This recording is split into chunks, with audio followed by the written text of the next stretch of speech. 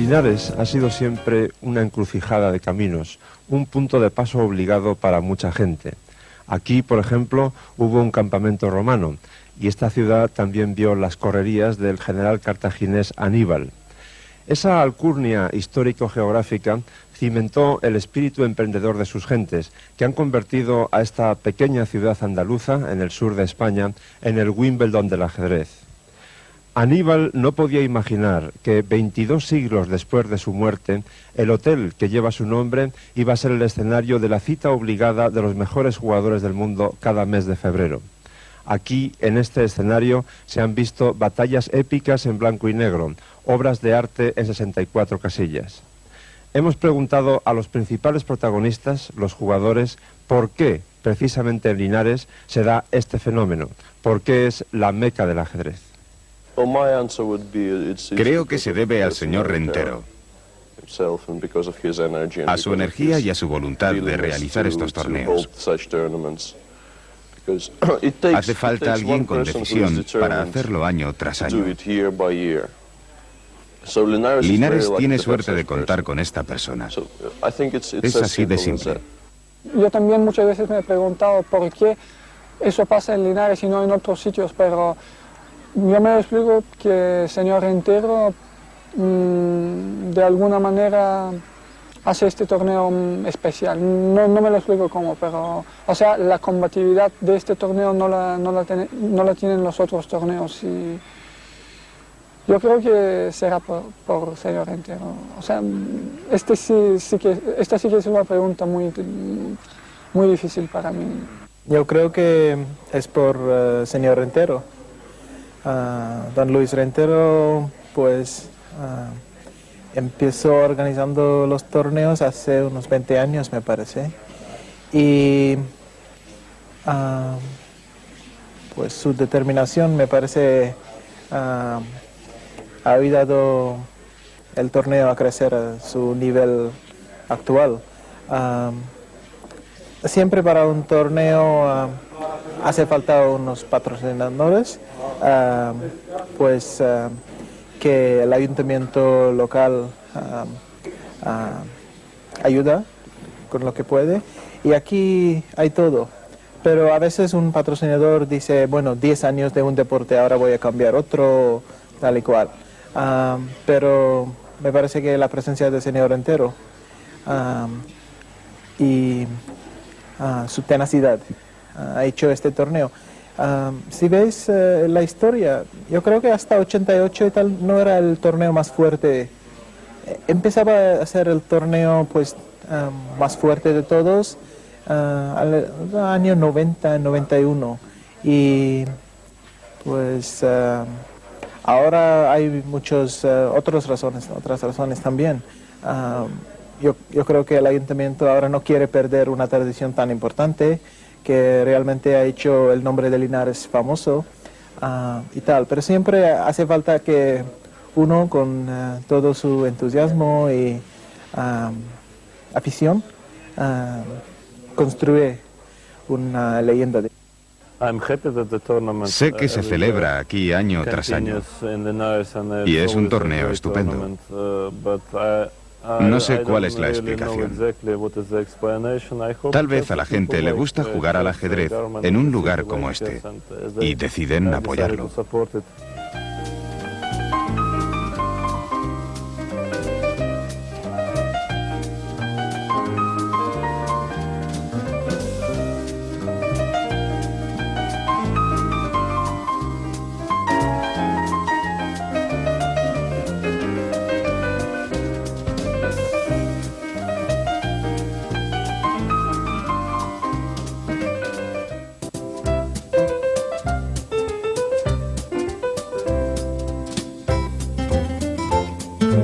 Resulta muy conveniente que ustedes se vayan familiarizando con las combinaciones típicas para dar jaque mate, de manera que si un día se les presentan ese tipo de posiciones en una partida normal, ustedes las vean de forma inmediata, de forma intuitiva, instantánea.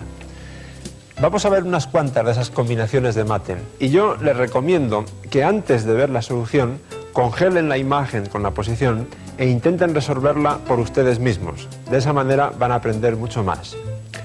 Esta en concreto es muy curiosa, porque las negras tienen la dama y el alfil coincidiendo en su acción sobre el punto G2, defendido por el alfil de F1. Una jugada en principio lógica sería torre D1, clavando el alfil y amenazando dama por G2 mate. Pero hay un pequeño problema.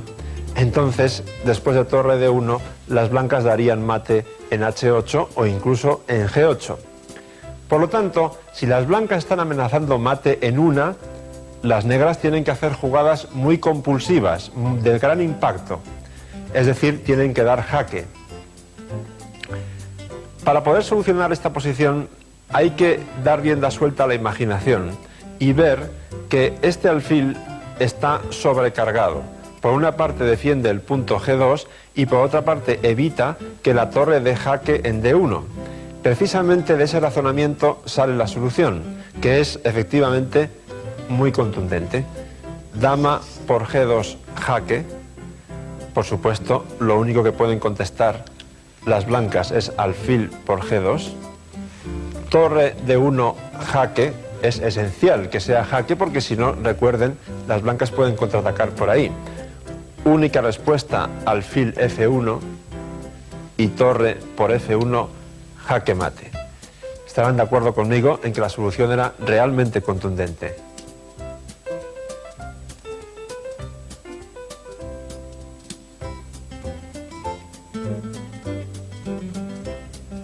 Vamos a ver otro tipo de posición muy característica para dar jaque mate en el medio juego. Aquí es evidente que las blancas tienen una gran ventaja de posición. El rey negro está muy al aire libre, esta casilla está perfectamente cubierta por el alfil, por lo tanto en el ambiente hay un posible mate en la octava fila y además la torre negra está completamente encerrada. Sin embargo, no todo es de color de rosa para las blancas, porque si contamos las piezas, las blancas tienen dama, 2 torres y 2 piezas, pero las negras poseen una dama, 2 torres y 3 piezas. Es decir, las blancas están obligadas a actuar con mucha fuerza inmediatamente, porque si no, las negras se van a liberar y la ventaja se puede evaporar rápidamente. ¿Cómo conseguir transformar esa ventaja en victoria? Lo primero que se ve es que en esa idea de dar mate con la torre en la octava fila, la única pieza que lo está evitando ahora mismo es la dama de D8, que es precisamente la misma pieza que evita que la dama blanca dé jaque en G5, que además sería mate. Por lo tanto, estamos nuevamente ante un caso de pieza sobrecargada. La dama negra está controlando al mismo tiempo la casilla G5 y E8. Y la solución en este tipo de problemas está en lo que se llama un movimiento de desviación. Jugamos dama G5 jaque y como el rey no puede moverse, la única respuesta es dama por G5. Y ya hemos conseguido lo que buscábamos, el mate típico de la torre en la octava fila cuando la casilla de escape del rey está cubierta por un alfil del mismo color. La moraleja es que en este tipo de posiciones hay que actuar muy rápido antes de que el rival se nos escape. Actuar enérgicamente. Esa suele ser la clave en este tipo de posiciones. Aquí las blancas tienen una pieza de menos, pero su posición es realmente aplastante. O dicho de otra manera, la de las negras es auténticamente desastrosa. Fíjense en aquel alfil en C8, totalmente encerrado, la torre en A8 no hace nada, esta de H7 defiende un poco, pero también está encerrada, la dama en B6 está muy lejos del teatro de operaciones, el caballo es un buen defensor, pero está en un rincón. Lo que digo, un auténtico desastre y desde luego la posición del rey negro es también muy débil. Ahora bien, si este caballo no estuviera aquí, entonces el remate sería muy fácil, habría 2 combinaciones posibles. Una sería entregar la torre en E8 para después dar mate con la dama en G8 y la otra sería al revés, dar jaque en G8 y a rey por G8, torre E8 mate. Pero, insisto, este caballo evita esas combinaciones y no se ve a primera vista cómo se puede desviar el caballo. Por tanto, hay que investigar en otra dirección. Por ejemplo, ¿qué pasaría si la pieza que penetra por la columna E no es la torre, sino la dama?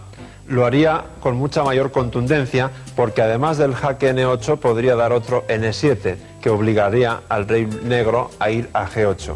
Si investigamos un poco más esa idea, encontraremos enseguida la solución. Primero se atrae, en este caso el sacrificio es de atracción, al rey negro a la casilla E8.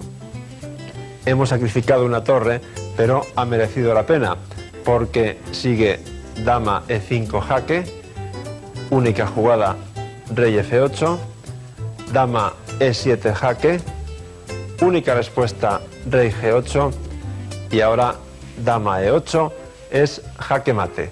Recuerden, máxima energía.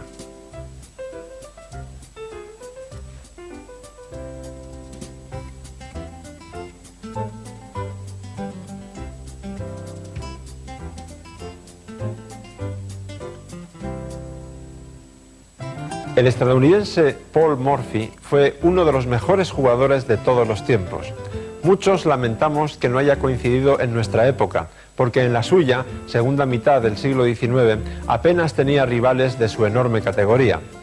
Sin embargo, nos dejó muchas piedras preciosas. Esta es una de ellas y una de mis preferidas también. Fíjense qué pocas piezas quedan en el tablero, sin embargo la posición es muy interesante.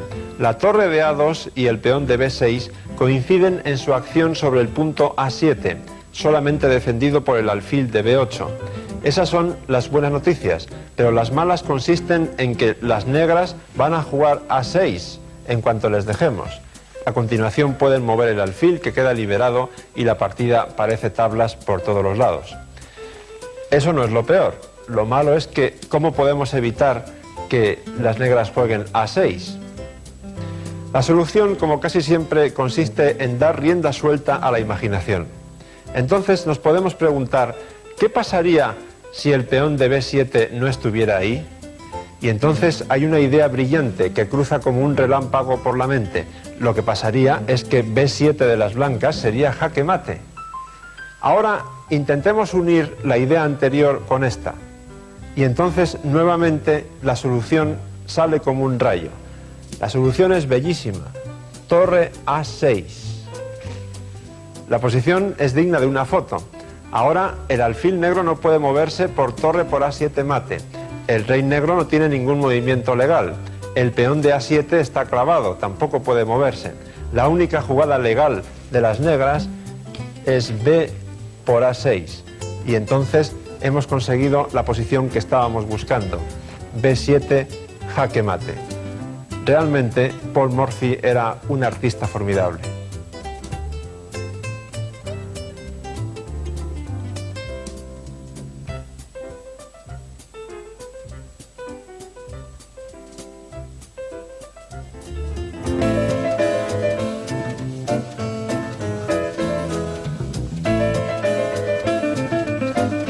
Mantener la iniciativa a toda costa es una de las características que distinguen a los grandes genios del ajedrez. No les importa empeorar su posición e incluso sacrificar material a cambio de mantener la iniciativa. Uno de esos grandes genios es sin duda Robert James Fischer, más conocido como Bobby Fischer, que nos ha dejado partidas fantásticas en las que mantuvo la iniciativa a cualquier precio. Una de ellas es esta, que disputó contra Robert Byrne en el Campeonato de Estados Unidos de 1963. Fischer tenía las piezas negras. Las blancas intentaban consolidar su posición. Tienen este caballo clavado por el alfil de A6 y entonces planeaban seguramente torre de 1 para quitarse de la clavada, seguido de caballo F4 incrementando la presión sobre D5 y después la otra torre a C1, etc. De modo que las negras, si quieren apoderarse de la iniciativa, deben intentarlo ahora mismo, sin dudar más. Y Fischer sin duda lo hizo.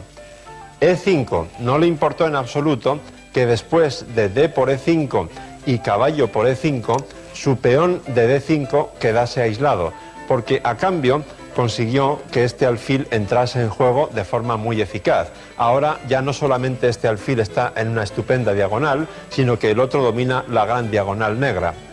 Aquí yo creo que Robert Byrne hizo la jugada que todos nosotros hubiéramos hecho, la jugada natural, es decir, torre F a D1. Como pronto vamos a comprobar, eso fue un grave error, seguramente lo mejor hubiera sido colocar la otra torre en esa casilla. Porque Fischer jugó caballo D3, la idea principal es continuar con caballo E4, incrementando al máximo la presión sobre la gran diagonal. Entonces Byrne retiró su dama de D2, porque va a ser atacada con caballo E4, la puso en C2, y lo que no podía esperar es que Fischer replicase con este sacrificio de caballo en F2. Las blancas tomaron en F2 y después de caballo G4 jaque, rey G1, caballo por E3 atacando la dama, dama D2, caballo por G2, todo esto es una combinación forzada, como pueden ver, no hay ninguna opción para elegir, rey por G2. Las negras han conseguido no solamente apoderarse de la iniciativa, sino también un ataque muy fuerte sobre el rey blanco. Fíjense en que las casillas blancas ahora están muy débiles y además con su próxima jugada D4, Fischer abre también la gran diagonal blanca, con lo cual ahora las blancas están sometidas a un fuego cruzado de los dos alfiles en las dos grandes diagonales.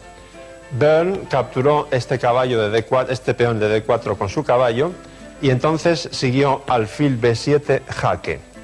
Aquí, en principio, la jugada natural sería rey G1, pero habría una sorpresa muy desagradable después de alfil por D4,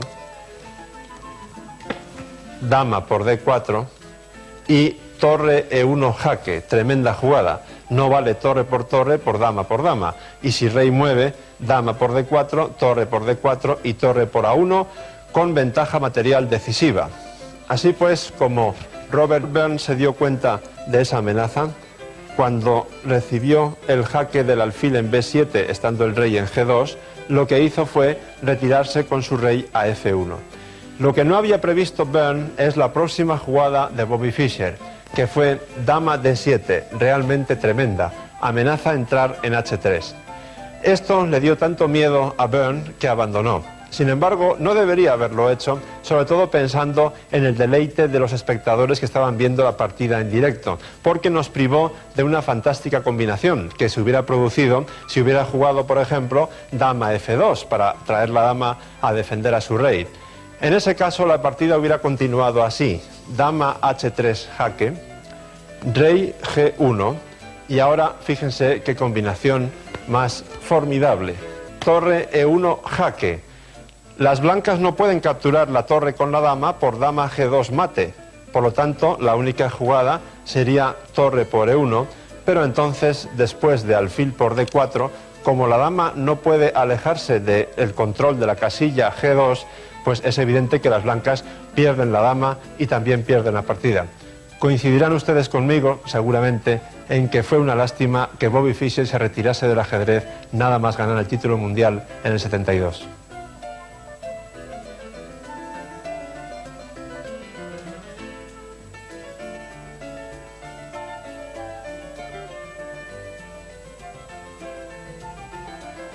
Otro jugador genial, pero mucho menos conocido que Bobby Fischer, fue el mexicano Carlos Torre. Vivió en la primera mitad del siglo XX y tenía madera de campeón, pero sus delicados problemas de salud impidieron que su carrera ajedrecística fuera muy larga. De todas formas, Carlos Torre nos dejó magníficos ejemplos en los que la iniciativa era un factor primordial. Por ejemplo, esta partida contra el austriaco Grünfeld.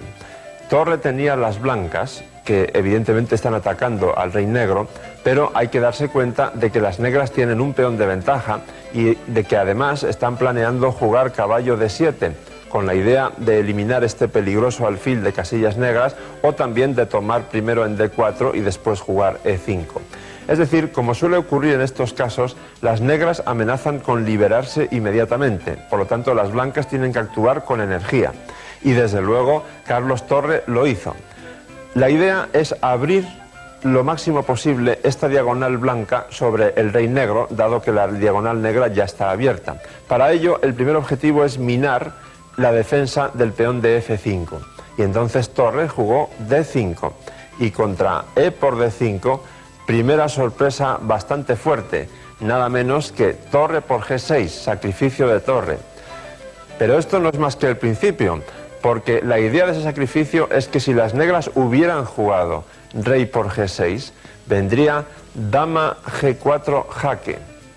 Habría que seguir con rey H7, alfil por F5 jaque. No hay más remedio que jugar torre por F5, dama por F5 jaque.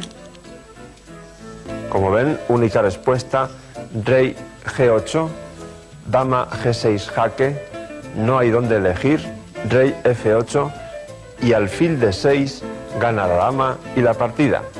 Pero Grünfeld era también un fuerte jugador de aquella época y fue capaz de ver toda esta combinación cuando las blancas entregaron su torre en G6, y entonces se puso a pensar a ver cómo podía encontrar una defensa contra el tremendo ataque de las blancas después de torre por G6 con el rey en H7.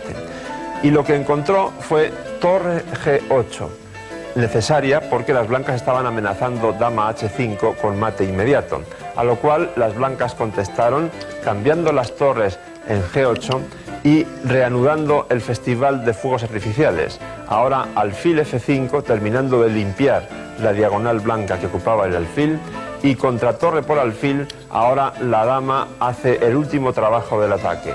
Dama G4 jaque, con el fin de que la dama no tome la torre con jaque. Si el rey se va a H7 o a la columna F, hay que jugar torre G5, y entonces H por G5, dama por E5, G por H6 jaque, rey H7. La partida duró bastante más. Carlos Torre terminó ganando muchas jugadas más tarde debido a que el potente ataque que tiene sobre el expuesto rey negro compensa con creces su desventaja de material. Pero a los efectos que aquí queremos explicar, es evidente que Carlos Torre fue capaz de mantener su iniciativa a toda costa.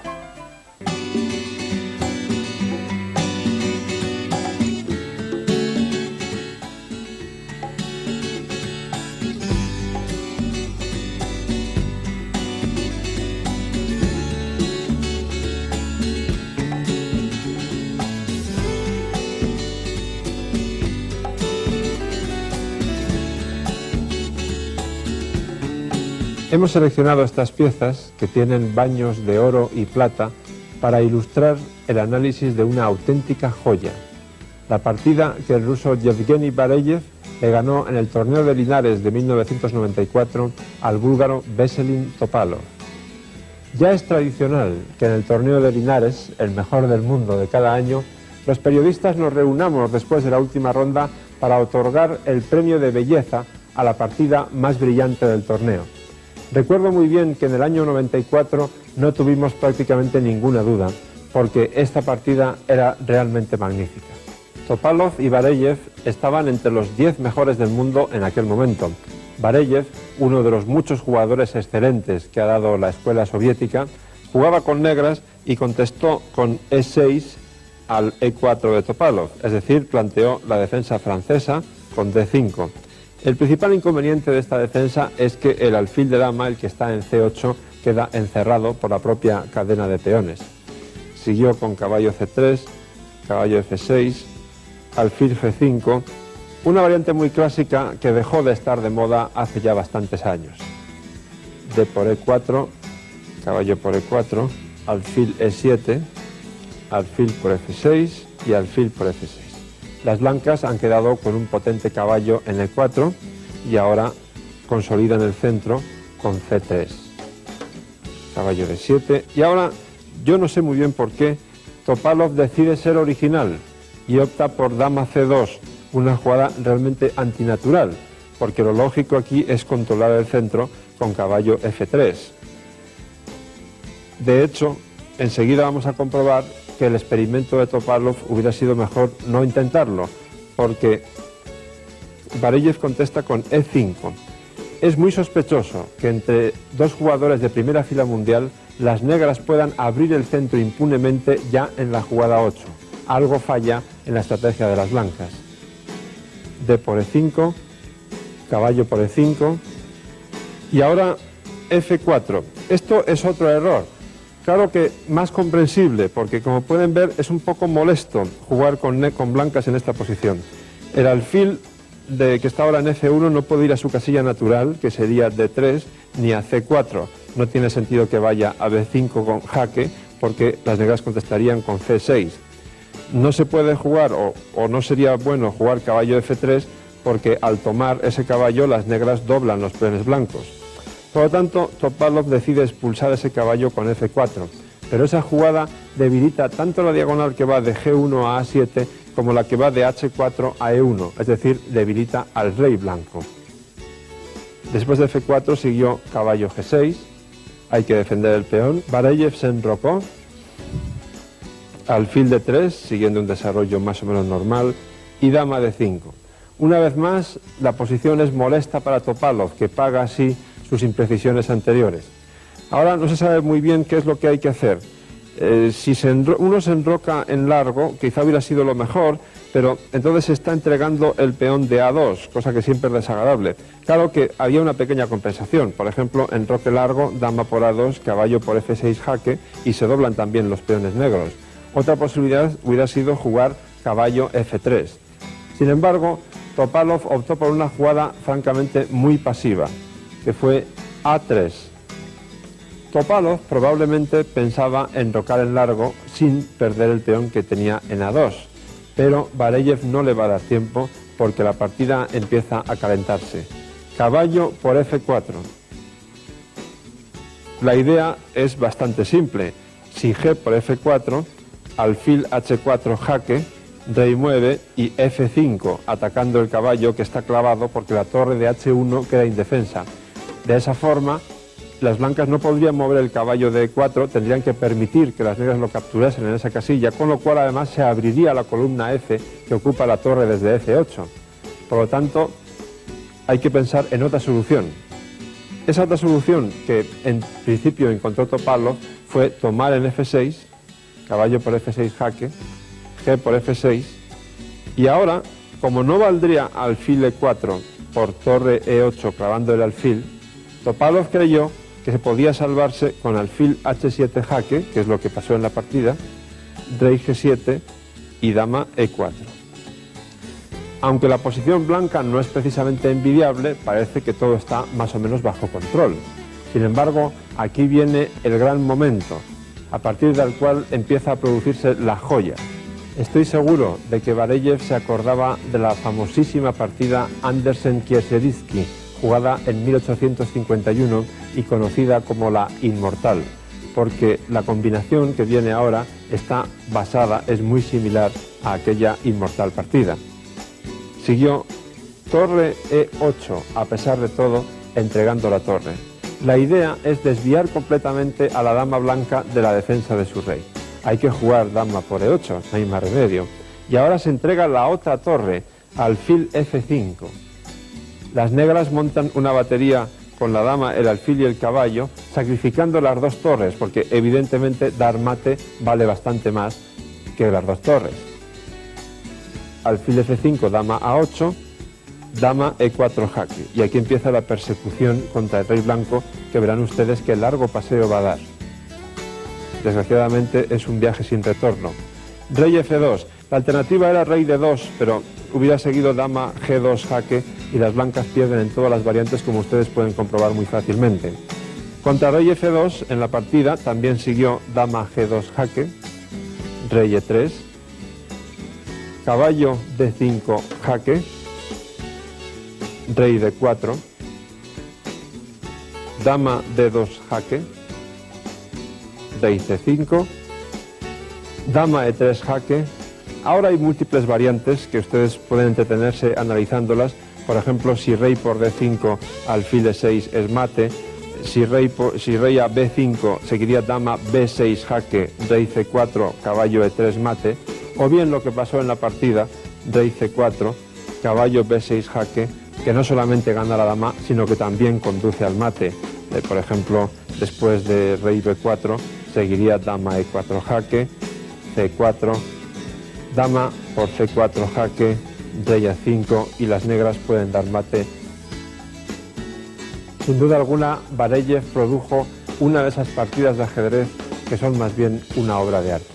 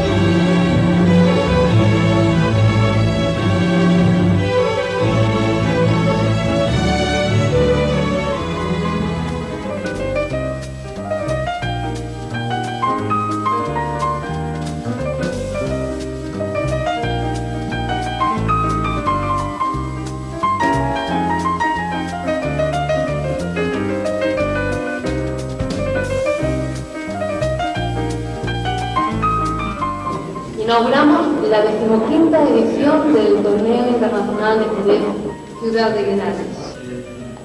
En representación de la Federación Española de Ajedrez y de los ajedrecistas españoles, quiero dar la bienvenida a todos los participantes en este torneo y agradecer a Ciudad de Linares que siga organizando un acontecimiento deportivo que es la bandera o el estandarte de todas las pruebas de ajedrez que se celebran en nuestro país y que hacen de España un país líder en la organización de torneos internacionales.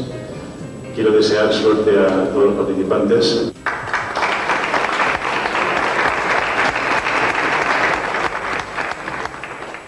Luis Rentero comenzó repartiendo pan con una motocicleta. Hoy es multimillonario, pero su fama no se debe a eso, sino a ser el artífice del Torneo de Linares, el más importante del mundo y aquel donde la combatividad y el espíritu de lucha son mucho mayores que en otros torneos de élite. Sin duda alguna, en la historia del ajedrez habrá un antes y un después de Luis Rentero. Señor Rentero, en todo el mundo saben que los mejores torneos de ajedrez de cada año se celebran en Linares y se preguntan por qué precisamente en esa pequeña ciudad en el sur de España. ¿Cuál es la respuesta? Bueno, tuvimos suerte en los primeros envites, se hizo un torneo agresivo, la gente entendió el idioma nuestro, de Andalucía, de España y nuestro espíritu, no queríamos turistas y se ha hecho famoso, eso es lo que tengo que decir, hemos tenido suerte. ¿Cómo empezó toda esta trayectoria suya de tantos años organizando los mejores torneos del mundo? ¿Cómo se le ocurrió? ¿Cómo empezó? También con suerte. Cuando Kornoy le pasó lo que le pasó a Kornoy, pues era el año 79 y a mí se me ocurrió invitarlo a Linares con la amenaza de que no iba a venir ningún gran maestro ruso. En el año 81 el que quería venir era Kasparov, o sea que no seguida la tradición de lo que era, había que respetar a los rusos, nosotros los maltratamos y ese fue la posibilidad de hacer aquel gran torneo del 81 y ya ha tirado todo para adelante. En todos estos años habrá habido alegrías y tristezas relacionadas con el torneo. ¿Usted podría recordar el momento más alegre y el más triste? El más triste fue la no presencia de Karpov aquí, en el último torneo que fue invitado, que hizo una cosa muy desagradable tanto con la ciudad como conmigo, de no tener unas líneas. Yo también le escribí una carta muy dura, es el más triste para mí, y el más alegre es de este año. Yo creo que hoy ya me ha colmado de satisfacción este torneo que no creía nunca que podíamos hacer en categoría 21 y de qué características, porque esto va a quedar ahí para la historia del ajedrez del mundo. La historia de los torneos de Linares es ya tan amplia que daría incluso para una película, y en esa película sin duda alguna habría graciosas anécdotas y supongo que usted se acordará de alguna de la que guarde un especial recuerdo. El día que Kasparov perdió con su partida aquí con Ivanchuk y le dio con la cabeza a la puerta de la habitación, ¿no? O sea, fue muy graciosa. O aquel día también que Kasparov no quería ruido y yo fui a las 4 de la mañana a ver si no había ruido en su habitación porque era carnaval aquí y concretamente tenían un alboroto su segundo y es allí terrible, ¿no? A las 4 de la mañana. Estaban peleándose por las líneas a emplear, ¿no? Y él, lo que quería era pues que no hubiera ruido y si había algún ruido para buscar un culpable al día siguiente. Por último, después de haber llegado tan lejos de conseguir la categoría 21, bueno, ¿se puede subir más alto? ¿A qué aspira usted? Yo espero a que sean unos torneos agresivos, a que se juegue al ajedrez, a que nadie venga a hacer turismo. Esto es un sacrificio muy importante para la ciudad, para todo el mundo. Esto es como nuestra estandarte, como nuestra bandera. Nos sentimos todos los linarenses, los que saben y los que no saben, nos sentimos orgullosos de esto que tenemos nosotros aquí. Y mantener ese espíritu y mantener esto es para mí lo más importante.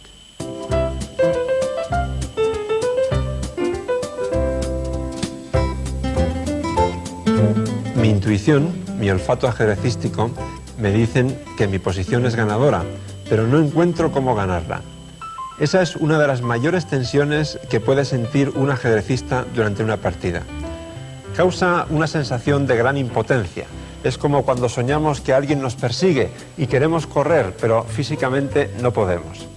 La solución suele consistir en dejar que la adrenalina por un lado y la imaginación por el otro trabajen libremente.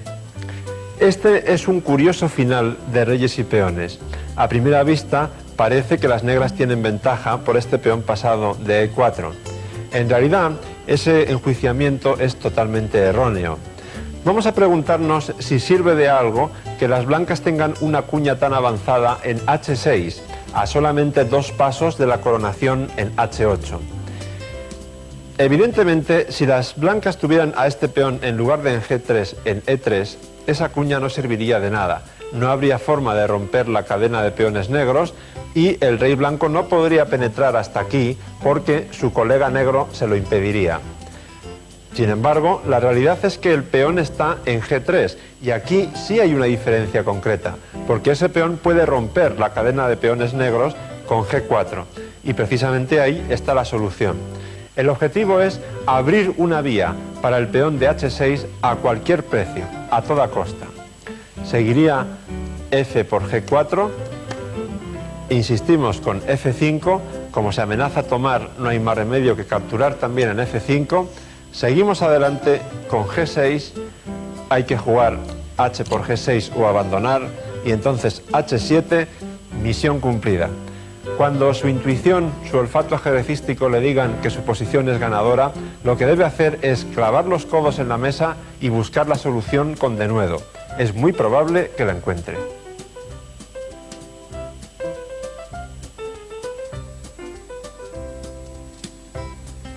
Y ahora vamos a ver una auténtica joya, una de las posiciones más impresionantes que ha producido el ajedrez. En el tablero solamente hay 4 piezas. Les corresponde jugar a las blancas y todo indica que van a ganar, porque evidentemente su primer movimiento va a ser C7 y no se ve cómo las negras pueden evitar que ese peón corone. La fantástica historia de esta posición empieza en 1886, cuando el campeón escocés de aquella época, apellidado Barbier, publica esta posición en una revista y afirma categóricamente que ha encontrado una fantástica maniobra para que las negras hagan tablas. Los análisis de Barbier comenzaban así: C7, torre D6 jaque. Y ahora las blancas tienen que tener muchísimo cuidado al elegir dónde ponen su rey, porque, por ejemplo, rey C5 no sería bueno por torre D1 y ahora, si las blancas coronan, torre jaque, ganando la dama y la partida. Volvemos al jaque inicial en D6 y vemos que tampoco es una solución refugiarse en B7, porque entonces las negras simplemente clavan el peón, a continuación lo capturan y la partida es tablas, quedaría simplemente rey contra rey. Una vez más hay que volver al jaque en D6 para descartar también cualquier movimiento del rey blanco a la columna A, a A7, A6 o A5. Por ejemplo, A5 no sirve por la sencilla torre C6 y una vez más las negras ganan no solo el peón, sino también la partida. En conclusión, después de torre D6 jaque, la única jugada buena es rey B5. Aprovechando todo el razonamiento anterior, las negras insisten y juegan torre D5 jaque. Todas las ideas que he dicho antes siguen valiendo ahora, por lo tanto, la única respuesta lógica es rey B4. Las negras insisten una vez más, torre D4 jaque, rey a B3 y de nuevo torre D3 jaque. Recuerden que no nos podemos ir a la columna C, al menos hacia arriba, porque entonces torre D1 con la idea de dar jaque en C1. En esta posición entonces hay que jugar rey C2, pero ahora de pronto parece que las blancas ganan. ¿Dónde demonios puede ir esa torre para evitar que el peón corone? Y aquí está el gran hallazgo de Barbier, que propone torre D4. Ahora las blancas no deben coronar una dama, porque entonces torre C4 jaque, única dama por torre, y el rey negro está ahogado. La posición es tablas. Este fue el gran hallazgo de Barbier. Y además no se ve qué otra cosa pueden hacer las blancas después de la fantástica jugada torre de 4. Porque si amenazan la torre con el rey C3, volveríamos nuevamente al famoso tema torre de 1 con la idea de torre C1 jaque.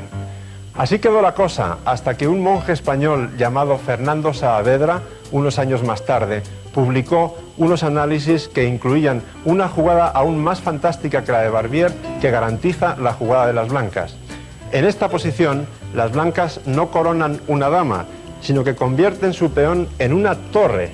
Aunque parezca increíble, esta jugada es ganadora. ¿Por qué? Porque se amenaza torre A8 y mate. Solamente se podría cubrir con la torre y torre por A4 sería mate. Las negras todavía tienen una defensa, que es torre A4, para evitar el jaque en A8. Pero entonces el golpe final de las blancas es rey B3, no menos formidable. Por una parte, el rey amenaza la torre de A4 y además se amenaza el mate con la torre en C1. No hay respuesta posible. Es realmente una auténtica joya, yo no encuentro más palabras para definirla, pero si tuviera puesto un sombrero me lo quitaría con mucho gusto en honor de Fernando Saavedra.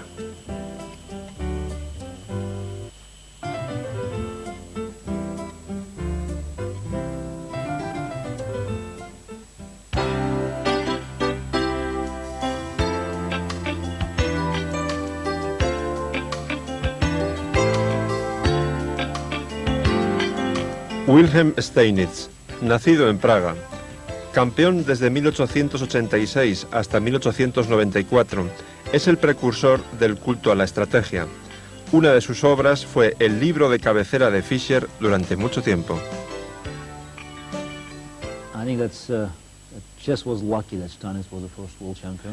Creo que al ajedrez le hacía falta un Steinitz como primer campeón mundial. Y hay una buena razón para su reconocimiento. Y es que él estaba intentando elevar el prestigio del ajedrez. Es el autor de una teoría, y es significativo que a finales del siglo XIX muchos intentaban hacer compilaciones, lo vemos en las ciencias naturales, acerca de teorías muy completas. Pues Steinitz pretendía esto en el ajedrez, y este trabajo lo llevó a cabo con gran éxito, sentando unas bases excelentes que sirvieron de punto de partida para las futuras generaciones.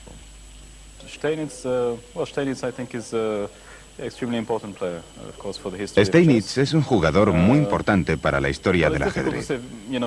Es difícil decir algo original sobre estos jugadores, porque ya se ha dicho todo. Creo que Steinitz fue el que primero intentó explicar el ajedrez de una forma científica.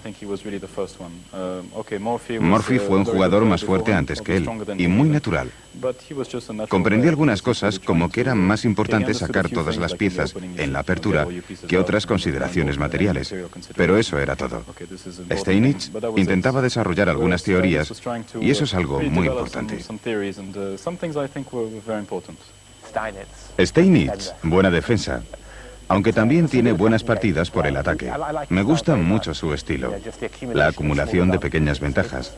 Es lo que han hecho todos los jugadores desde entonces. Es muy importante por eso.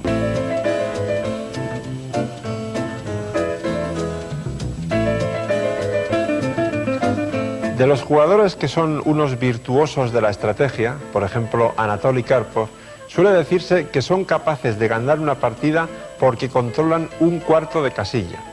Evidentemente es una exageración, pero sí es cierto que los grandes genios de la estrategia como Karpov ganan a veces partidas de forma brillante y realmente muy precisa porque controlan una casilla clave. Vamos a ver una partida sobre este tema del torneo de San Sebastián de 1912. Se enfrentaban Tarras con las blancas y Teichmann, y se llegó a esta posición. Bastante antes, las blancas habían tenido un centinela, un caballo como centinela en la casilla D4. En el momento oportuno lo cambiaron por el caballo negro que estaba en C6 y ahora tenemos un cambio de centinela. El rey ha ocupado la garita que antes correspondía al caballo. Al analizar la posición hay que tener sobre todo en cuenta dos factores. Primero, las negras tienen que tener mucho cuidado en que el rey blanco no penetre vía C5 y B6 en el flanco de dama, porque eso causaría estragos. En segundo lugar, también hay que tener cuidado en evitar el cambio de piezas masivo, porque cuantas menos piezas queden en el tablero, más facilidad tendrá el rey blanco para penetrar. Tengamos en cuenta que su colega negro está completamente arrinconado. Por lo tanto, las negras se limitaron a hacer jugadas de espera, como alfil D7. Ahora bien, el dominio de una casilla no gana la partida por sí mismo. Hay que abrir nuevos frentes de batalla, crear nuevas debilidades. Por eso Tarras jugó G4 para abrir diagonales o columnas en el flanco de rey. Como digo, las negras no pueden hacer mucho más que mantenerse a la expectativa. Alfil C8 y entonces Tarras continuó con H4. Ahora sí hay una amenaza concreta. Se amenaza G5 y las negras no podrían replicar H5 porque entonces después de G6 este peón quedaría tremendamente débil y en fin, tarde o temprano sería capturado. Por lo tanto, en esta posición las negras tienen que tomar alguna medida, por ejemplo G6, que es lo que hizo Teichmann. De esta manera a G5 se podría contestar con H5 y la formación de peones negros quedaría más o menos sólida. Entonces Tarras trajo la única pieza que aún no tenía desarrollada, la trajo a H1 porque ese va a ser el frente de batalla dentro de poco. Las negras tomaron medidas disponiéndose a defender lo que va a ser la ofensiva de las blancas por ahí. Tarras dobló las torres y Teichmann colocó la suya en H8. Y entonces ya la posición estaba madura para seguir con H5. Las negras, como digo, no podían hacer gran cosa en cuanto a actividad se refiere. Así que se limitaron a seguir con sus jugadas pasivas y jugaron alfil D7. Entonces vino G5 y desde un punto de vista estratégico se puede decir que la partida ya está ganada por las blancas. Falta, digamos, la táctica, convertir esa ventaja en victoria. Con G5 lo que se está amenazando es tomar en G6 y entonces este peón quedaría perdido. Por lo tanto, hay que reaccionar capturando el peón de G5, a lo cual Tarras, por supuesto, contestó F por G5. Y ahora las jugadas de espera se han terminado. Las negras ahora, por ejemplo, no podrían jugar alfil E8 porque entonces seguiría H por G6, torre por H2 y G por F7 amenazando el alfil coronando dama. Por lo tanto, hay que tomar también este peón en H5, siguió torre por H5, las negras lógicamente jugaron torre por H5 y torre por H5. Fin de la primera parte. Las blancas controlan perfectamente la columna H. Ahora viene el siguiente paso de este plan, que consiste en abrir lo que queda del flanco. Teichmann jugó entonces rey F8 con la idea de evitar el jaque en H7.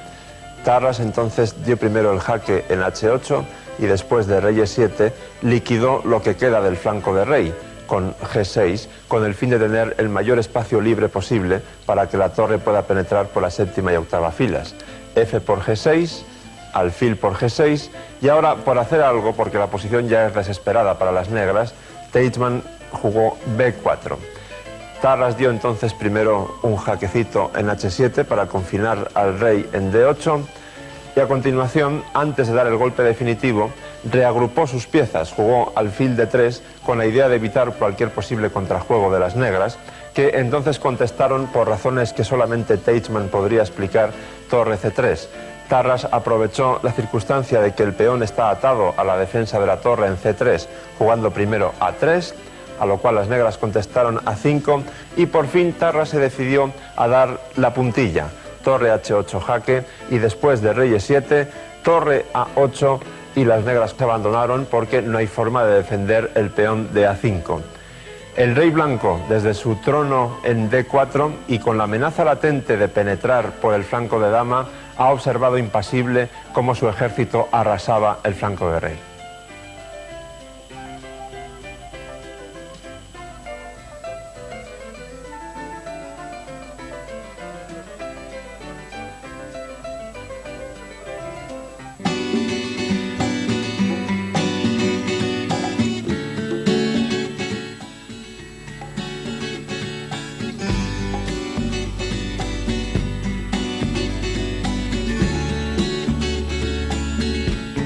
Estas piezas son de ónix o de ónice, como ustedes prefieran, y proceden de Latinoamérica.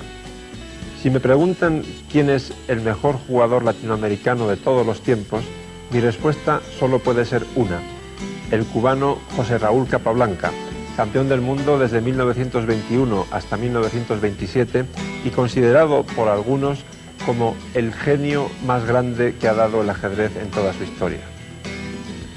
Nacido en La Habana, cuando Cuba todavía era una colonia española, la fama de José Raúl Capablanca en todo el mundo, como jugador de ajedrez, como diplomático profesional y también como un galán irresistible para las mujeres que le conocían, trascendió ampliamente el ámbito del ajedrez. La partida que vamos a ver se disputó en Los Ángeles durante una exhibición en 1933. Su rival era Hermann Steiner, también muy conocido en la farándula de Hollywood porque solía alternar muy a menudo con los artistas de cine. Como suele ocurrir en todas las exhibiciones, la estrella invitada hace la jugada inicial. En este caso, Capablanca optó por E4 y, como enseguida van a ver, la partida empieza por cauces muy clásicos. E5, caballo F3, caballo C6, es decir, tanto las blancas como las negras desarrollan primero los caballos, después el alfil de rey, que en este caso va a B5, Steiner contestó con alfil B4 y a continuación se enrocan, es decir, siguiendo los cauces más ortodoxos de la teoría del ajedrez. D3 para abrir el juego al otro alfil, D6, idem de idem, alfil C5 y ahora por fin Steiner decide romper la simetría de los peones y toma en C3 doblando esos peones blancos. B por C3 y a continuación Steiner lleva su caballo a E7 con la clara idea de jugar C6 para apoyar el avance de 5 y formar un centro de peones bastante sólido. Capablanca, al ver que un eventual final con pocas piezas y muchos peones le sería desfavorable, porque tiene una debilidad en A2, unos peones doblados en C3 y C2, lógicamente opta por el ataque. Porque, como ya dijo el inolvidable Tarras, los dioses pusieron antes el medio juego que el final. A caballo H4, Steiner jugó C6, como tenía previsto, y alfil C4. Ahora hay una decisión muy dudosa, yo diría que mala, de Steiner. Lo que él está pensando es que, como las blancas amenazan tomar en F6 por una parte y llevar su caballo a F5 por la otra, opta por alfil E6, de modo que si las blancas toman dos veces, o sea, si toman en E6 y también en F6, aunque las negras queden con peones doblados, esos peones dominan casillas centrales importantes y sobre todo el de E6 controla la casilla F5, que es donde teóricamente Capablanca quiere colocar su caballo. Yo hubiera preferido jugar directamente D5, porque si bien es cierto que eso permite que las blancas doblen el peón en F6, jugando alfil por F6, se puede más o menos arreglar eso rápido jugando después F5 en cuanto sea posible. Pero bueno, la realidad es que jugó alfil E6 y Capablanca efectivamente tomó primero en F6, G por F6 y después en E6. Aparentemente la estructura de las negras no es mala, pero hay un problema. Steiner no valoró en su verdadera magnitud la fuerza del ataque de las blancas, que viene a continuación. Dama G4, jaque, rey F7, y ahora Capablanca hace la jugada más lógica, F4, porque evidentemente hay que intentar abrir la columna F para seguir atacando a ese rey. De momento, parece que las negras tienen todo bajo control. Torre G8, atacando la dama, dama H5, jaque, rey G7, F por E5, D por E5. Fíjense lo que es el ajedrez. Si ahora las negras tuvieran simplemente un tiempo de más, o les tocara jugar a las negras, mejor dicho, y optasen por caballo G6, esta posición sería perfectamente defendible y jugable para las negras. Pero les toca jugar a las blancas, y ahí está la sutil diferencia que Capablanca aprovecha con una combinación magistral. Sin miedo a la entrega de material, torre por F6 para abrir completamente la posición del rey negro y atraerlo hacia la intemperie, digámoslo así. Rey por F6, torre F1 jaque, esta jugada no tiene ningún secreto, y la defensa de las negras tampoco, porque no hay otra. Caballo F5, fíjense en que si el rey hubiera ido a G7, entonces era mate con torre F7 jaque. Ahora Capablanca, en lugar de tomar con el peón, que es lo que quiere Steiner que haga para poder marcharse con su rey vía E7, toma de caballo, evitando que el rey pueda huir por ahí. Por tanto sigue E por F5, torre F5 jaque, rey E7. Hagamos un recuento de lo que ha pasado. Las blancas tienen una torre de menos, pero eso realmente importa poco cuando tenemos a un rey completamente desvalido en el centro del tablero, y recuerden que esa torre que las negras tienen de ventaja está nada menos que arrinconada en A8. Francamente, ahora sirve de poco. Lo que falta es rematar esa ventaja, convertir esa excelente labor que han hecho las blancas en una victoria fulminante. Eso a veces no es tan sencillo. Después de rey E7, Capablanca siguió con dama F7 jaque, rey D6, torre D6 jaque. Aquí, por supuesto, que Steiner puede optar por dama por torre, pero en realidad eso no es más que una larga agonía.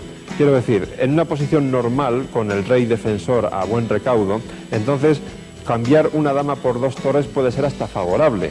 Pero en este caso, teniendo en cuenta que además el peón de E5 caería inmediatamente y que las torres negras están descoordinadas y sobre todo una está todavía en el rincón de A8, la dama blanca pues podría arrasar prácticamente todo el tablero, y las blancas además tienen ventaja de peones, con lo cual ganarían fácilmente. Así que Steiner se resignó a seguir paseando con su rey por el centro del tablero a ver si Capablanca cometía algún error. Dama por B7. Pero no solamente no comete ningún error, sino que después de dama B6, que en apariencia pues todavía controla un poco y parece que la posición negra es defendible, encontró aquí un golpe mortal de necesidad. Torre por C6. Única jugada, dama por C6, y ahora hemos montado una perfecta telaraña para dar el mate en la casilla B4. Esta partida se jugó, como he dicho, en una exhibición en Los Ángeles, pero en un ajedrez viviente, es decir, las piezas estaban representadas por personas de carne y hueso. Un ajedrez viviente me parece que es una metáfora muy adecuada para hablar sobre José Raúl Capablanca y Graupera, que es una leyenda viva.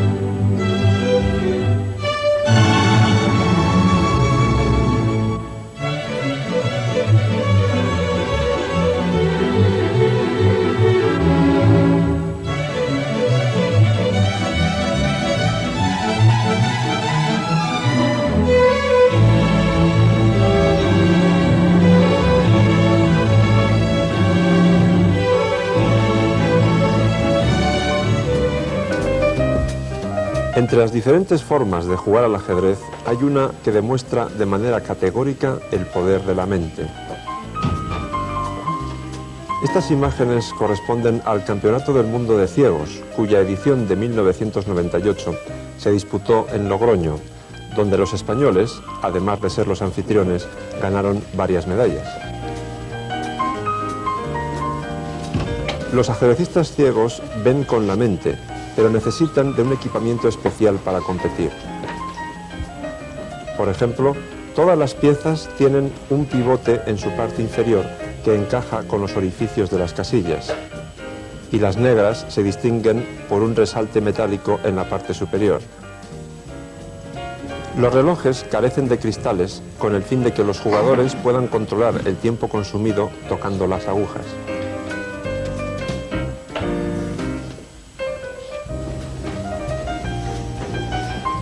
Para apuntar las jugadas utilizan varios métodos. Una grabadora,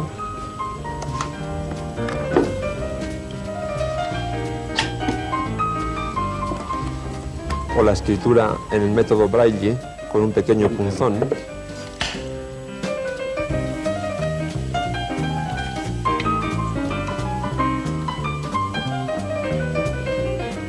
o con una máquina de escribir especial.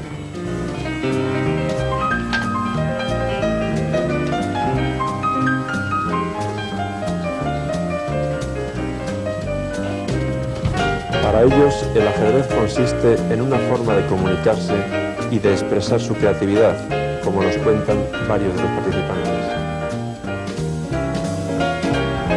El ajedrez es un deporte muy apto para el ciego. Se realiza siempre sin movimiento, digamos, en una mesa, con un tablero delante, con unas fichas delante. Es importante, muy importante la concentración para poder realizar un buen desarrollo de la jugada, y parece ser que un ciego, al no estar viendo lo que tiene a su alrededor, puede concentrarse más fácilmente, puede llegar a encaminar una jugada mejor, y como hemos dicho anteriormente, como el ciego ve con la mente, pues su partida la tiene en su mente, y el desarrollo quizás sea en algunos momentos, si no más fácil, sí más adecuado para el deportista ciego. You know that chess nowadays is very developed throughout the world. El ajedrez está muy extendido por el mundo y es muy popular en mi país.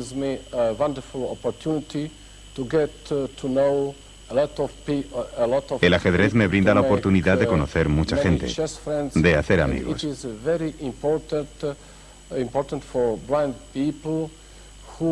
Esto es muy importante para las personas invidentes, ya que la ceguera causa aislamiento y el ajedrez me ayuda a no estar aislado.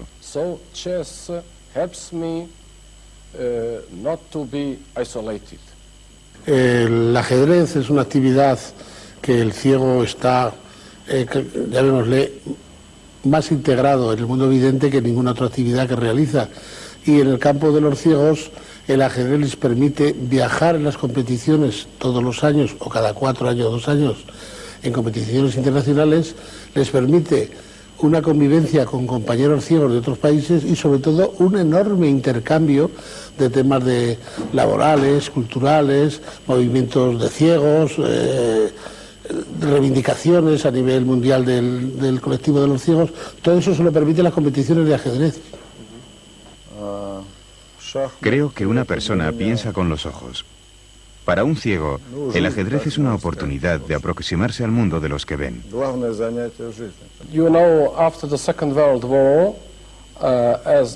Después de la Segunda Guerra Mundial, yo tenía 7 años y jugando con las bombas es como me quedé ciego.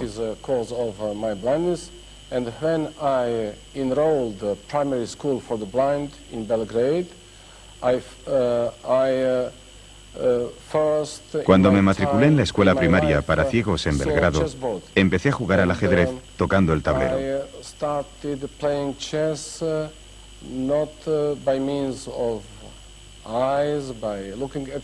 Ahora durante las partidas no toco el tablero.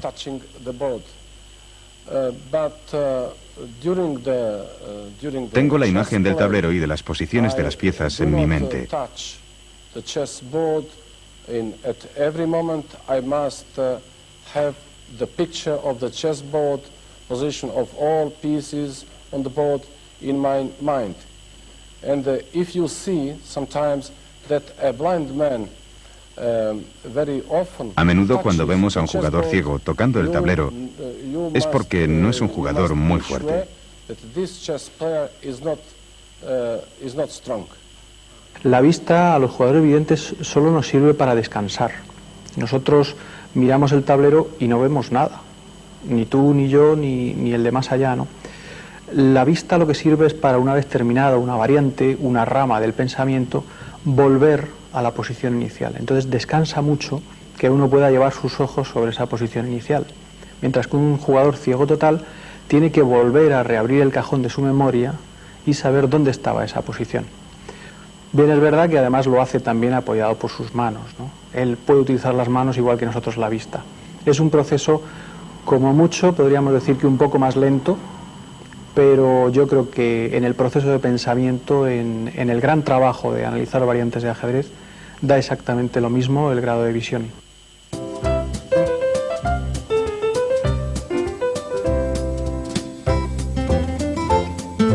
Las combinaciones y los sacrificios son los goles del ajedrez, la parte más divertida del juego.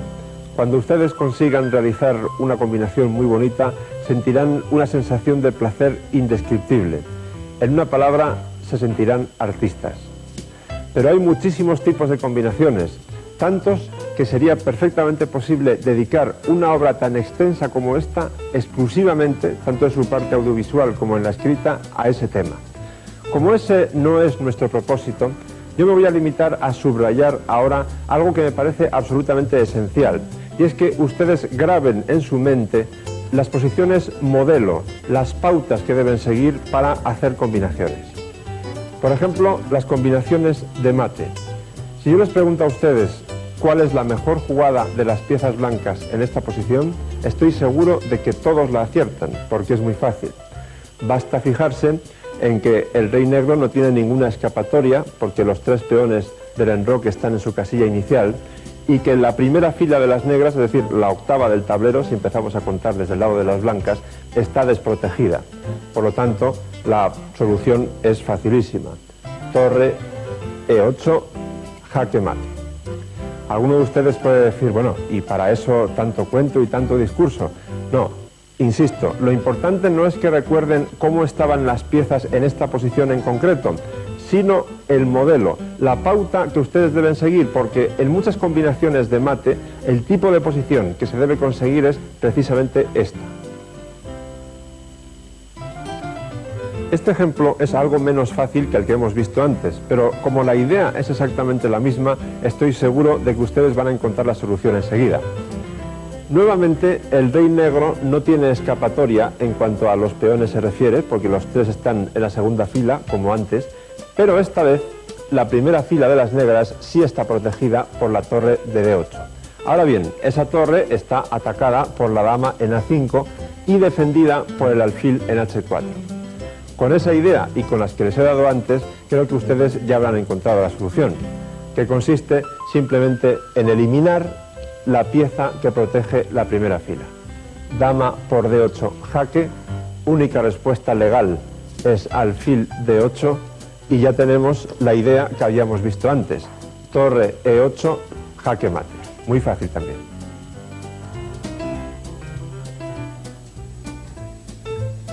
El asunto adquiere bastante más emoción si el bando al que no le toca mover está amenazando mate, como ocurre en este ejemplo. Si les tocara jugar a las blancas, dama G7 sería mate, pero juegan las negras. Y podemos ver, como en los ejemplos anteriores, que la primera fila de las blancas, en este caso, está muy débil. Sin embargo, no es fácil a primera vista ver el mate, porque las dos casillas a las que podría ir la dama negra para dar jaque, F1 o C1, están cubiertas respectivamente por el alfil de H3 o por la torre de C2. Pero es el momento de recordar aquel viejo principio del punto de coincidencia de las piezas. Si nos fijamos un poco más, veremos que la acción de esta dama y la de esta torre confluyen en un punto, C1. Ahora la combinación ya es facilísima. Se entrega la dama, dama C1, porque esa torre blanca está sobrecargada. Defendía al mismo tiempo ese mate y también la acción de esta torre, que ahora captura la blanca en C1, y da jaque mate. Como ven, la idea es siempre la misma.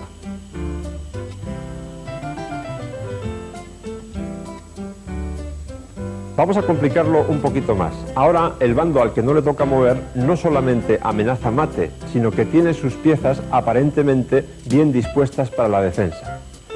Sin embargo, hay que profundizar un poco más para ver que en realidad la posición de las negras es muy débil, a pesar de que amenazan mate en la casilla B2. Porque este caballo está defendiendo la casilla H8, pero a los efectos que nos importan es como si fuera un peón en realidad, porque está clavado por la torre de F1 y esa clavada lo convierte en un peón, es decir, en una pieza inútil para lo que estamos hablando. Y además, como en el ejemplo anterior, hay una coincidencia en la acción de esta dama y de esta torre sobre el punto H8. De manera que, aunque las blancas tienen el peligro de que les den mate en la siguiente jugada y aunque su dama está amenazada en la casilla H7, ganan inmediatamente en 2 jugadas. Seguramente ya las habrán adivinado.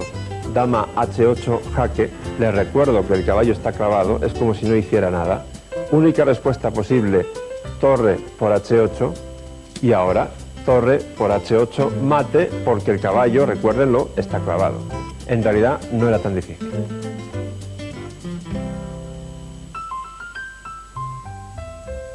Variaciones sobre el mismo tema. Ahora no es la torre la pieza que da el jaque mate al final, sino la dama, que no solo da jaque al rey, sino que además le quita una de las retiradas que tenía. Les toca jugar a las blancas. En principio se ve que la primera fila de las negras está protegida tanto por el caballo como por la torre. Y además, no lo olvidemos, las negras también están amenazando mate si les tocase jugar en este momento. Ahora bien, demos rienda suelta a la imaginación. Si ahora quitamos este caballo de aquí, mentalmente, y también esta torre de A8, las blancas darían jaque mate inmediatamente con dama E8. Una vez visto eso, la combinación salta enseguida. Hay que desviar a ese caballo de ahí y para ello tenemos las armas perfectas.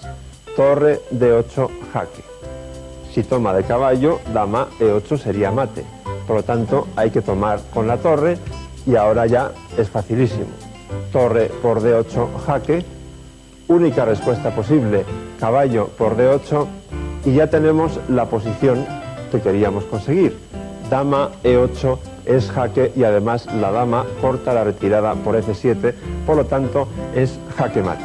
Lo realmente importante es que ustedes recuerden esta posición, no la posición de todas las piezas al principio de la combinación, sino exactamente esta, porque es otro modelo más o menos parecido, pero distinto del primero que hemos visto, para dar mate con la dama a un rey en la primera fila.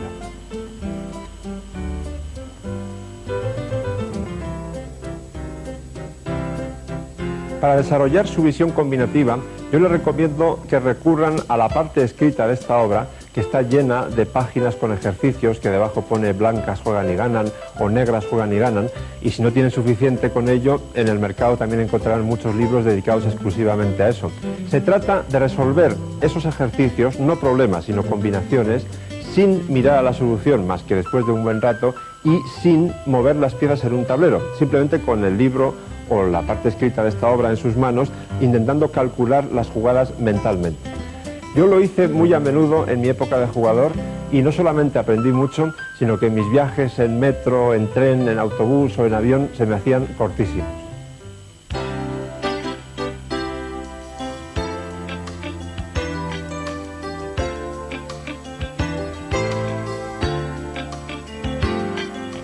Emanuel Lasker, alemán, campeón del mundo desde 1894 hasta 1921.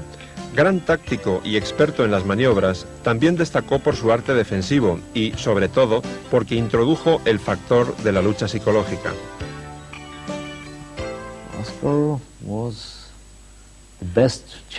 Lasker fue el mejor campeón en un momento en el que Einstein y Freud dominaban las mentes humanas. Lasker hacía hincapié en el factor psicológico. Desarrolló el ajedrez como un juego psicológico donde la psicología desempeñaba un papel tan importante como la calidad de los movimientos.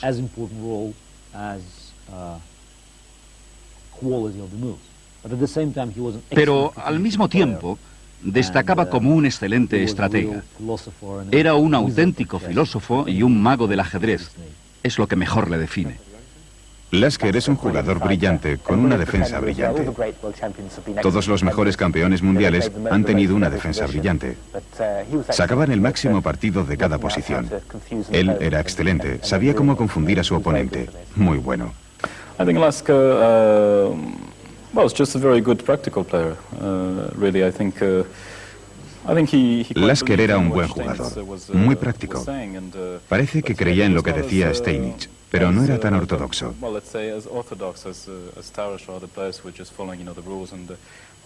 Era un jugador más moderno, más práctico, utilizaba trucos.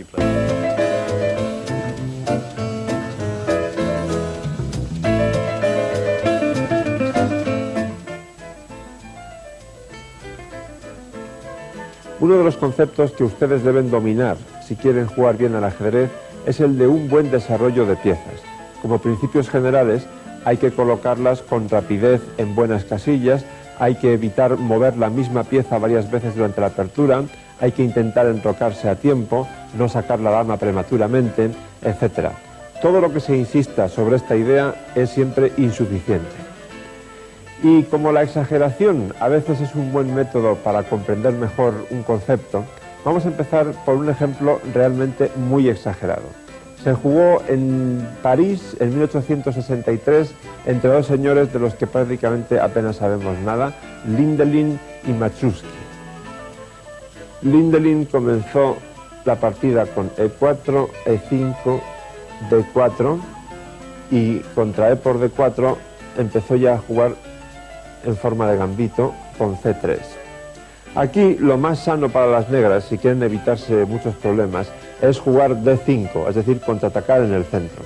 Pero Machuski decidió que tenía hambre de peones y se comió de momento el de C3.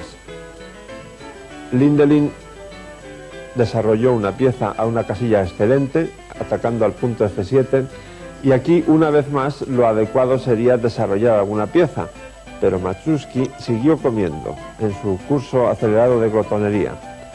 Alfil B2, y vamos a parar un momento para que valoren esta posición.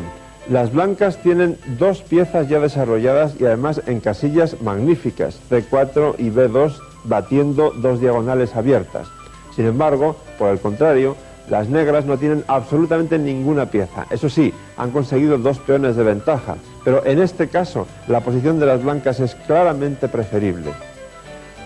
De todas formas, no era todavía demasiado tarde para que las negras devolviesen algo del material que se habían comido, es decir, jugando D5, por ejemplo. Esta hubiera sido una jugada que todavía hubiera dejado a las negras con una posición defendible, aunque el ataque en cualquier caso iba a ser fuerte. En lugar de eso, las negras juegan caballo F6, caballo C3 y ahora clavan este caballo que está defendiendo el peón de E4. Las blancas se limitan a desarrollar otra pieza más y ahora ya sí que era absolutamente imprescindible jugar D6 e intentar desarrollar de una vez las piezas, pero Machuski no estaba por esa labor, estaba por la labor de seguir comiendo. Y juega caballo por E4, aprovechando que este caballo está clavado en C3. Y aquí recibe un castigo tremendo, pero no todavía, es decir, las blancas de momento hacen como si no hubieran visto nada y terminan su desarrollo enrocándose. Vuelvan por favor a contar las piezas y fíjense que las blancas tienen 1, 2, 3, las 4 piezas menores desarrolladas. Este tiempo del enroque podríamos contarlo como un quinto tiempo de desarrollo. Y sin embargo las negras solo tienen 2 piezas desarrolladas, todas las demás encerradas en el flanco de dama y el enroque todavía sin hacer. Francamente el peligro es inminente, como demuestra el jugador de las blancas de forma inmediata. Después del enroque se amenaza caballo por E4, por lo tanto las negras lo que hacen es capturar aquí. Caballo por C3 y ahora bueno, las blancas tienen múltiples amenazas, dar un jaque en la casilla E1 o bien alfil por F7 jaque seguido de dama B3 jaque aprovechando que el alfil está indefenso o dama B3 directamente, en fin, por citar solo algunas. Así que las negras deciden liquidar aún más el material, a ver si así mitigan un poco el ataque que poseen las blancas. Pero a riesgo de ser pesado, les pido que vuelvan a contar las piezas. Resulta que las negras tienen todo encerrado en las dos primeras filas, mientras las blancas tienen los dos alfiles atacando a estas diagonales hacia el flanco del rey como dos cuchillos, y además las tres piezas de la artillería pesada dispuestas también para entrar en juego. La diferencia es tan abismal que la única conclusión, la única deducción lógica de esta posición es que las negras pierdan inmediatamente. Por ejemplo, si ahora las negras enrocasen, seguiría dama G4, vamos a verlo rápidamente.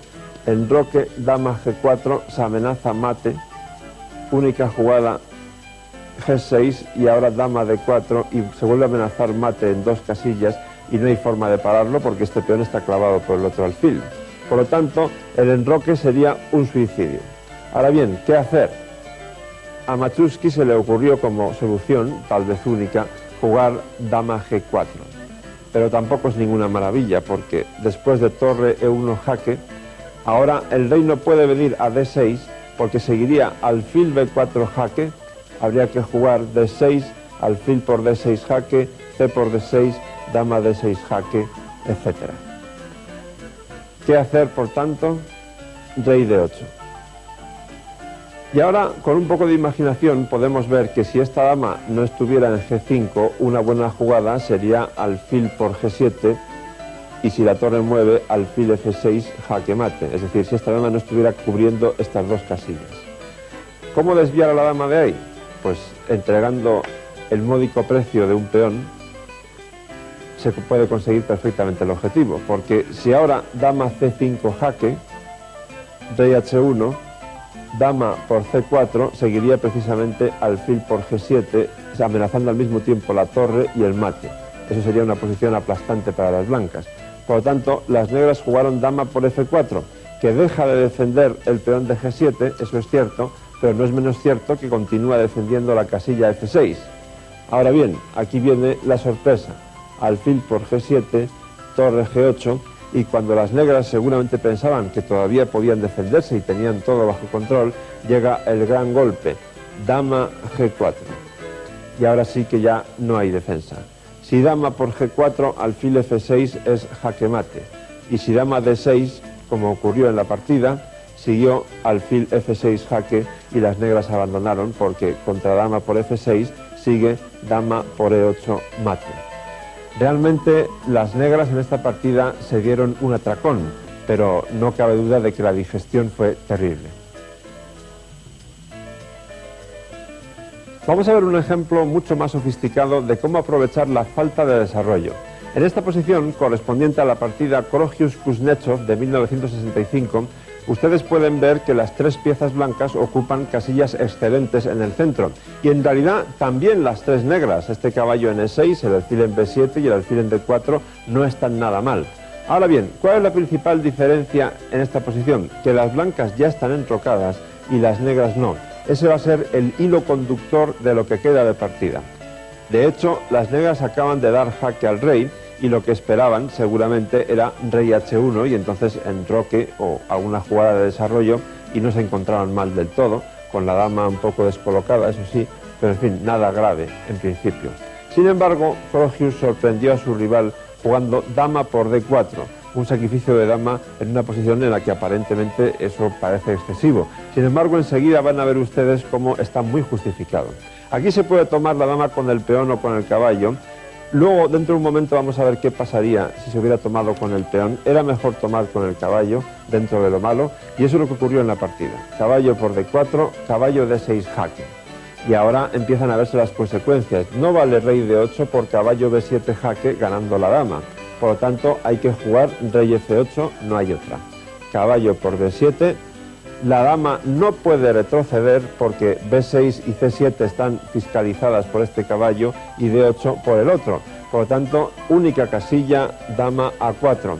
Y ahora, si las negras hubieran tomado aquí con un peón en lugar de con el caballo, sería terrible porque después de B3 la dama estaría completamente encerrada y las negras podrían abandonar ya mismo. Como han tomado con el caballo, aún les queda el recurso, que quizá fuese salvador, caballo por B3. Ahora Quizá las negras estaban esperando alfil por b3 y sacar la dama de ahí y bueno, seguir luchando con su ventaja de material. Pero Colgius ya tenía clarísimo que el objetivo de esta partida es atacar al rey adversario y entonces toma con el peón. Después de haber sacrificado la dama, sacrifica la torre también, que las negras deben comer.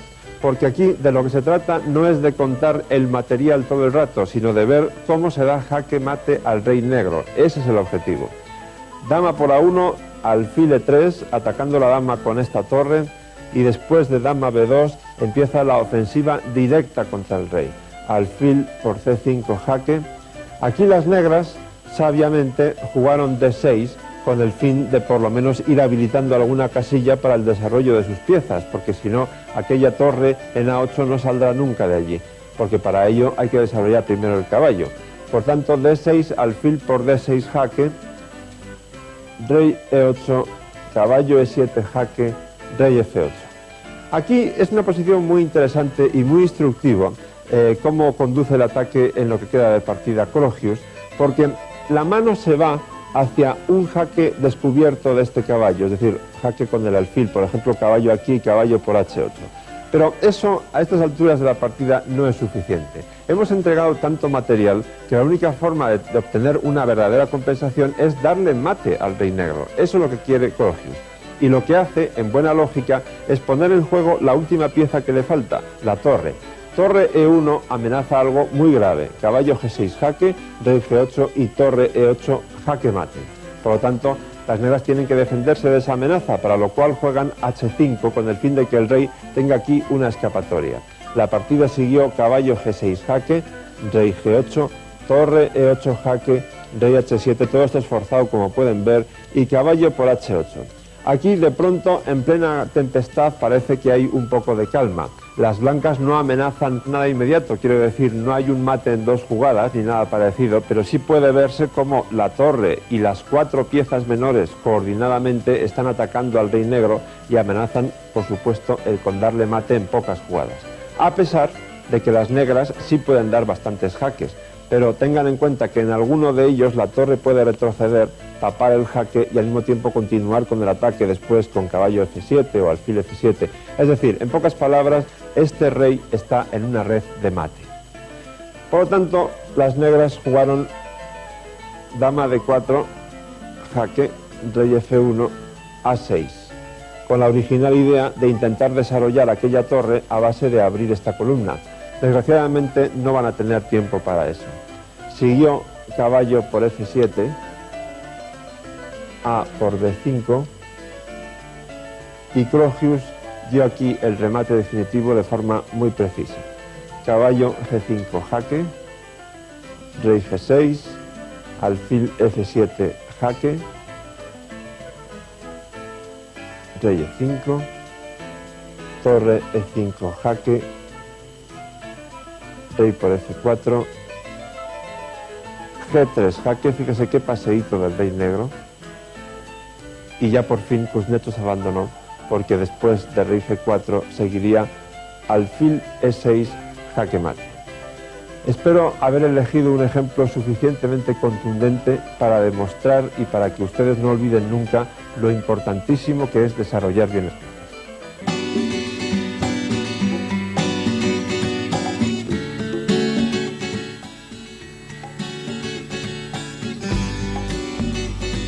Yo no había visto nunca un ajedrez en miniatura tan pequeño como este, pero por otro lado sí es más frecuente lo que se llama miniatura en el argot técnico, que son las partidas donde la victoria llega antes de la jugada 25.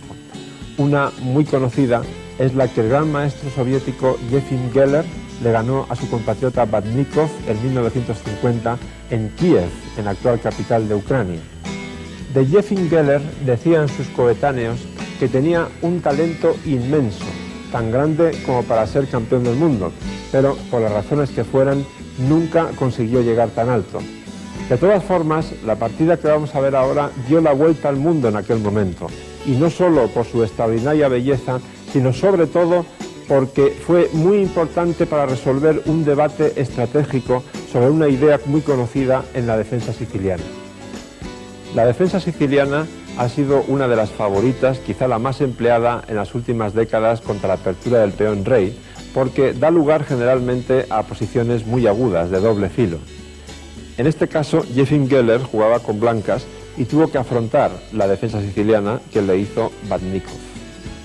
Después de C5, caballo F3, caballo C6, D4, todo esto se ha jugado, sin exagerar, millones de veces. C por D4, caballo por D4, caballo F6 atacando el peón de E4, caballo C3 defendiéndolo, todo súper conocido, D6, y ahora las blancas tienen que elegir, hay varias ideas.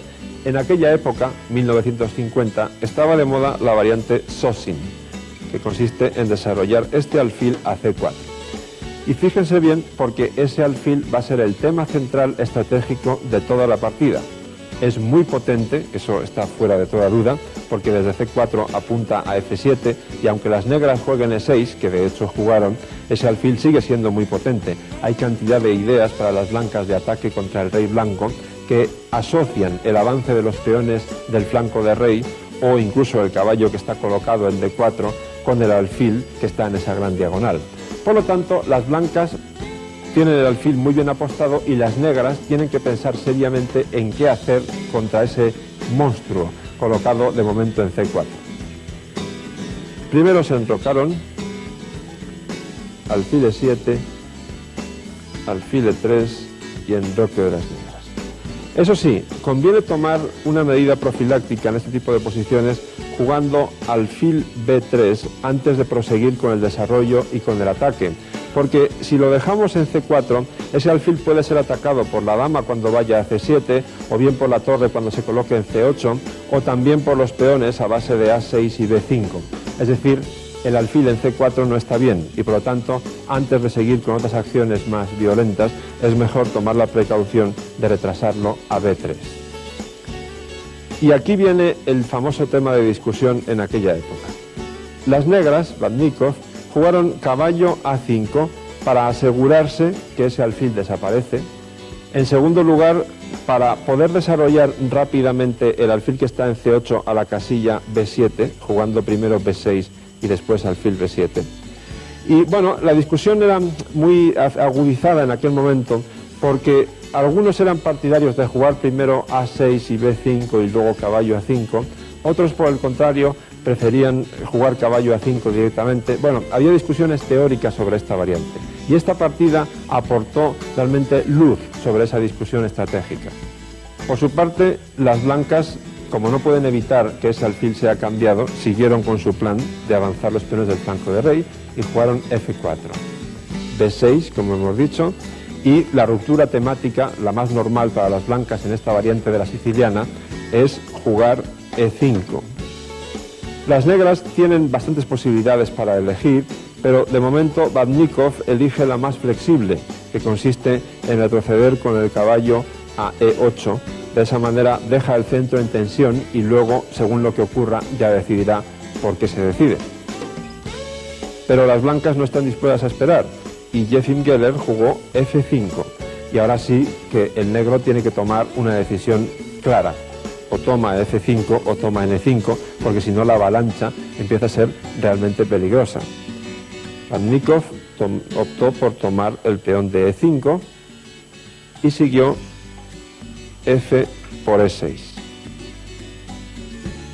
Y aquí llegamos a otro momento crucial de la partida. Badnikov optó por F6 y su razonamiento es bastante simple y parece inobjetable. Ahora las blancas tienen que desplazar su caballo de D4, que está defendiendo el peón de E6.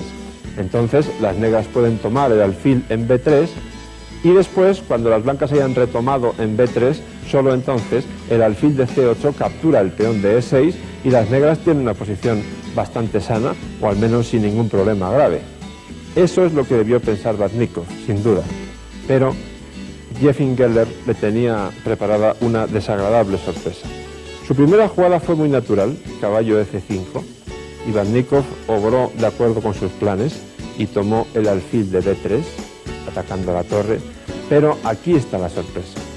Geller no hace ni caso al caballo de B3 y suma el otro suyo al ataque, jugando caballo D5 y atacando 2 veces al alfil de E7. Huelga decir que no se puede capturar la torre de A1, porque seguiría caballo de D5 por E7 jaque y la dama negra queda indefensa en D8. Por lo tanto, hay que taponar de alguna forma la columna D y nada mejor que retroceder con el caballo a D4 para hacerlo. Pero entonces viene la pequeña combinación que da la puntilla. Caballo de D5 por E7 jaque. No hay mucho donde elegir, hay que jugar rey H8 y ahora caballo G6 jaque. A cualquier respuesta, tanto si se captura el caballo como si se mueve el rey, la continuación sería E7 y las negras tendrían que abandonar de todas formas porque se atacaría la torre y la dama y no habría defensa posible. Si tuviera que bautizar a esta miniatura con una sola palabra, elegiría joyita.